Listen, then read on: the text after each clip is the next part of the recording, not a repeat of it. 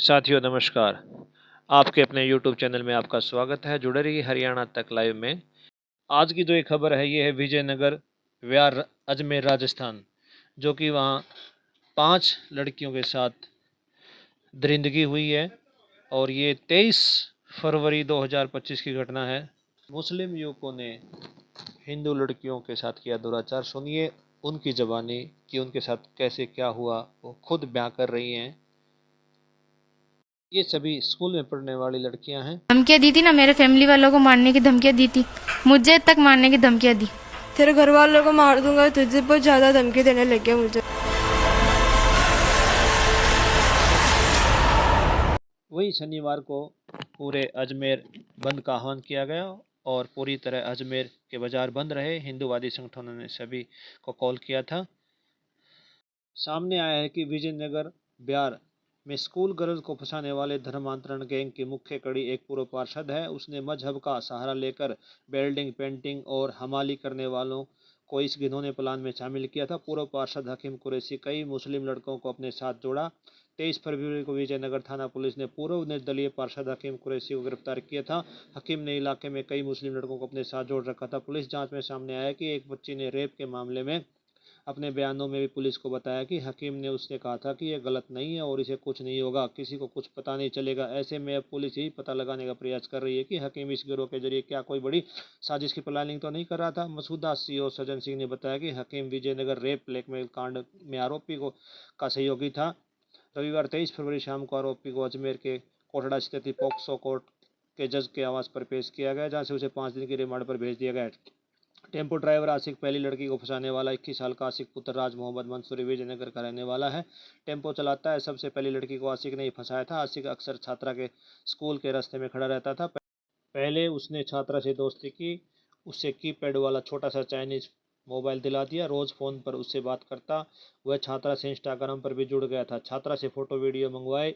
इतना ही नहीं, वह उसे बाहर घुमाने भी ले जाने लगा। इसी दौरान उसने छात्रा के आपत्तिजनक वीडियो बना लिए और ब्लैकमेल करना शुरू कर दिया। इसी छात्रा के सहारे उसने एक अन्य लड़की को भी फंसा लिया। पहली लड़की के नंबर और उसके वीडियो अपने साथियों को शेयर कर दिए। लुकमान वेल्डिंग का काम करता 20 साल का लुकमान उर्फ सोहेल पुत्र मोहम्मद उस्मान गुलाबपुरा का रहने वाला है। वर्तमान में विजयनगर में वेल्डिंग शॉप पर काम कर रहा था। लुकमान भी हकीम की गैंग में शामिल था। लुकमान ज़्यादा पढ़ा लिखा नहीं है, दिन भर आवारागर्दी में लगा रहता था। सोहेल अंसूरी लड़कियों को सबसे ज़्यादा धमकाया।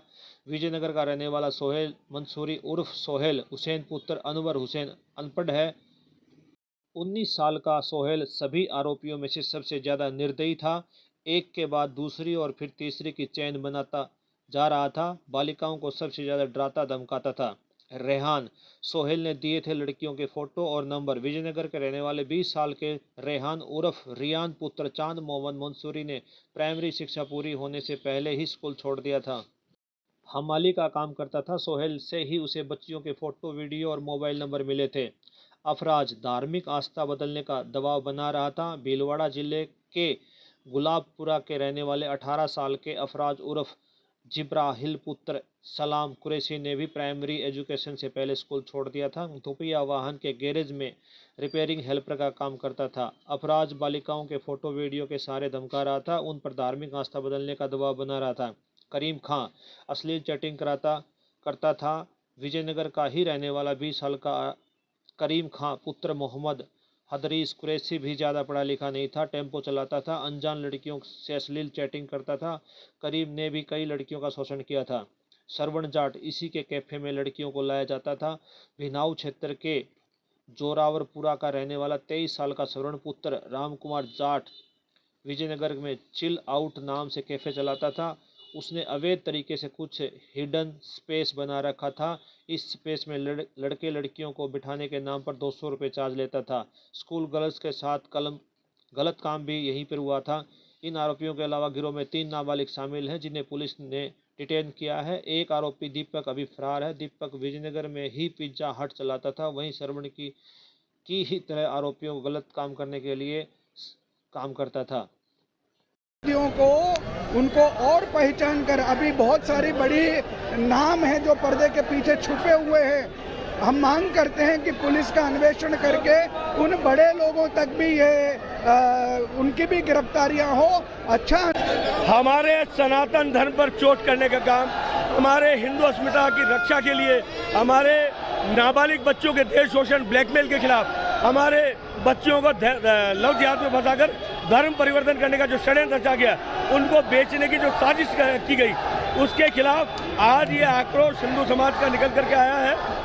आक्रोशित हिंदू समाज आज सड़क पे है। अजमेर पूरा बंद है और इस बंद का समर्थन पूरा केवल मात्र हिंदू समाज ही नहीं, मुस्लिम संगठन भी कर रहे हैं। जिहादी मानसिकता को लोगों को सबक सिखाने के लिए ये आवश्यक है कि उनको कठोर से कठोर सजा दी जाए और इस लव जिहाद धर्म परिवर्तन के एक नए रूप को उजागर किया जाए, जिससे कि हमारी बच्चियां, नाबालिग बच्चियां, क्योंकि जो विजयनगर में हुआ वो नाबालिग बच्चों के देश शोषण के साथ लव जिहाद और उनको बेचने का, धर्म परिवर्तन करने का षड्यंत्र इसमें निकल करके आया है। तो मुझे लगता है कठोर कार्रवाई हो। 16 तारीख को प्रकरण दर्ज हुए थे 3 विजयनगर में, जिसमें बच्चियों के परिजनों द्वारा ये बताया गया कि कुछ लोग जो है मोबाइल फ़ोन के माध्यम से संपर्क करते हैं और उसके बाद दबाव डाल के शोषण करते हैं। तो प्रकरण दर्ज करके टीमों का गठन करके दस्तयाब किए गए कुछ मुलजिम लगभग 7, जिनमें 6 बालिग थे और 1 नाबालिग है, जिसको आज कोर्ट में पेश किया गया और कोर्ट से रिमांड ली गई। इनको 4 दिन की रिमांड दी गई। के पास है वो वायरल कर देंगे अगर मैं मेरी फ्रेंड का कांटेक्ट उनसे नहीं करवाऊं तो। मुझे लालच देते थे फ़ोन का, जैसे बड़ी बड़ी चीज़ों का, डेयरी मिल्क का, स्मार्ट वॉच का, ऐसे लालच मुझे देते थे कि अगर तू करवा इनसे, वरना। और इनकी गैंग इतनी बड़ी है कि ना आराम से 10-15 के तो मैंने आराम से नाम ही बताई दिए, और भी बहुत जने हैं इनकी गैंग में। तुम मतलब ऐसे ही हो, मोमडन धर्म में आ जाओ। बुरखे पहनने के लिए फोर्स किया और हमें जो इनके रोजा है वो रखने के लिए मेरे को बोला कि 14 तारीख को और 27 तारीख को मेन रोजा है, कैसे करना है क्या नहीं करना है सब मैं बताऊंगा तुझे, ये सब तुझे करना है। और नेके जब मैंने मना करा तो उन्होंने नेके मेरे साथ मारपीट भी की है। और जब मैंने मना करा तो उन्होंने बोला कि नहीं कि अभी तो ये आपको विश्वास नहीं हो, तो उन्होंने मेरे चीरे भी लगाए। अगर ये बात मैं किसी को बताऊंगी तो उन्हें क्या वो मेरे हाथ काटने की धमकी भी दी है, इसलिए मैंने ये चीरे की बात किसी को बताई नहीं है, आज बता रही हूँ। लड़के का नाम करीम है, वो पहले स्कूल के उधर आता था और उसके फ्रेंड है सोहेल मंसूरी, रियान मंसूरी, सोएफ वगैरह, ये उन्होंने जो लड़कियों को लिया था ना अपने, उन्होंने उन पे दबाव बनाया था कि तू अपनी फ्रेंड को भी ले।